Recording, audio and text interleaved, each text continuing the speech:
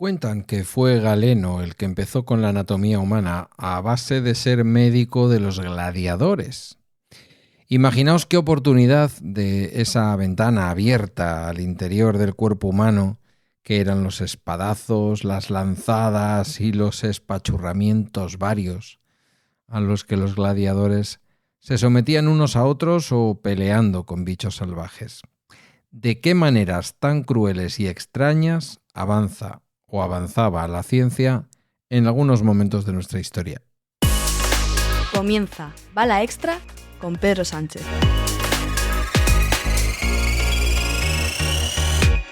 Buenos días, estamos a jueves 3 de abril de 2025 y este es el capítulo 1432 de Bala Extra, un podcast sobre mis cosas que en el fondo son las tuyas. Y hoy vamos con la anatomía humana y con Galeno. Galeno, que era un médico romano, no me sé el origen exactamente. Los que habéis estudiado medicina o tenéis un poco más de idea de estas cosas, pues seguramente que ubicaréis incluso su origen. No me he molestado en buscarlo.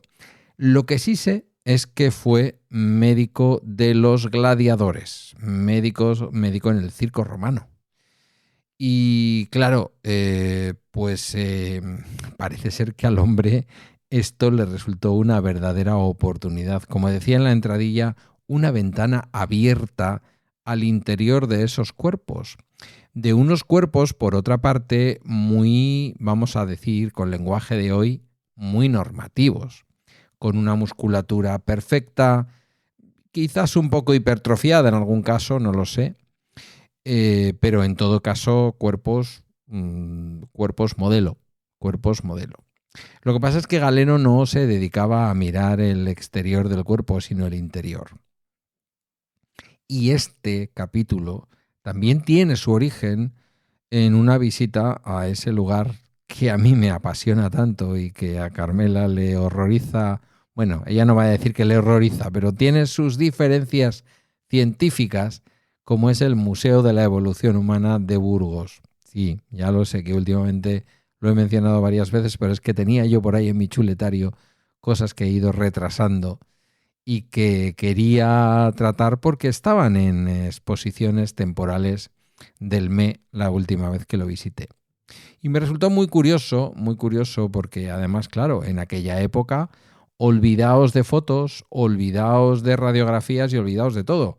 Lo que había era los propios médicos dibujando o sus ayudantes o alguien para llegar a alguna conclusión respecto a la anatomía humana.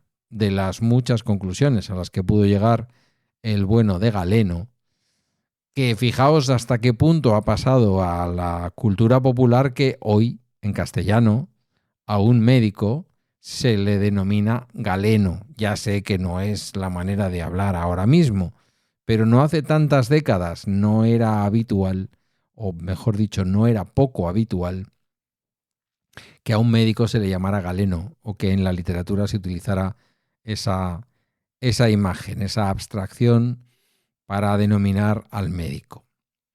Es más, tengo una duda y la voy a resolver aquí en vivo y en directo con vosotras.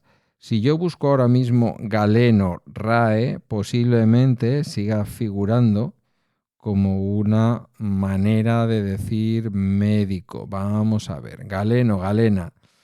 Mira, no era romano, era griego. Qué bruto soy, por Dios. Persona autorizada para ejercer la medicina. Dice masculino y femenino.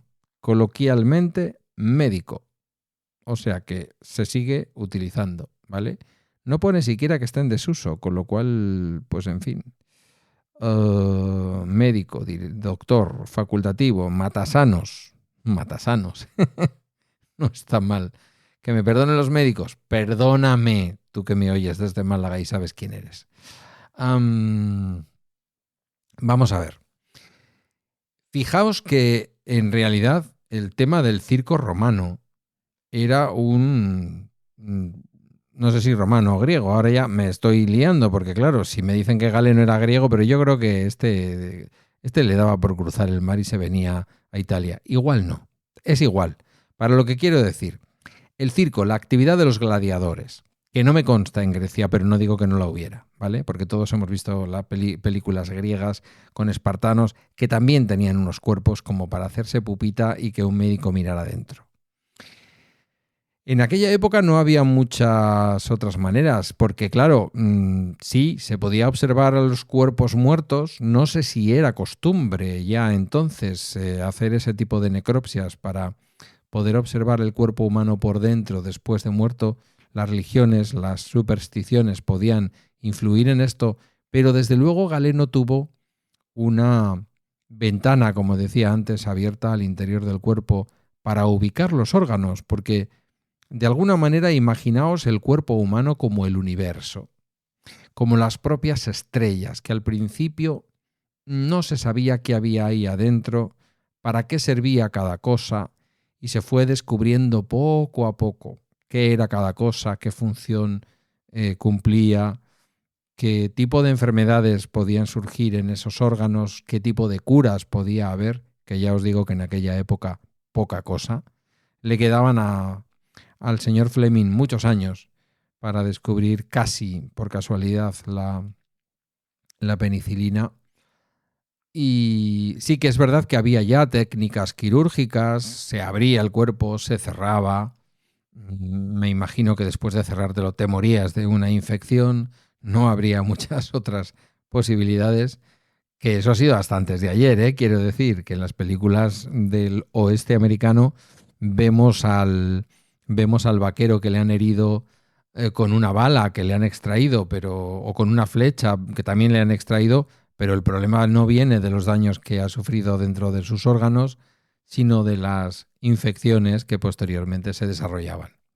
Esto alguna vez yo creo que Carmela, bien sola o en compañía de otros, que en este caso suelo ser yo, a lo mejor nos lo ha contado en alguna ocasión, ¿no? Todo el tema del descubrimiento de los bichejos, de los microbichos y de cómo esos microbichos al principio no existían para la ciencia, no eran visibles. Hasta que alguno dijo, pues no sé si fue Pasteur o alguno de estos que dijo, hola, buenas, por aquí tiene que haber algo que no estamos viendo porque la gente se muere y cuando nos lavamos las manos se muere menos.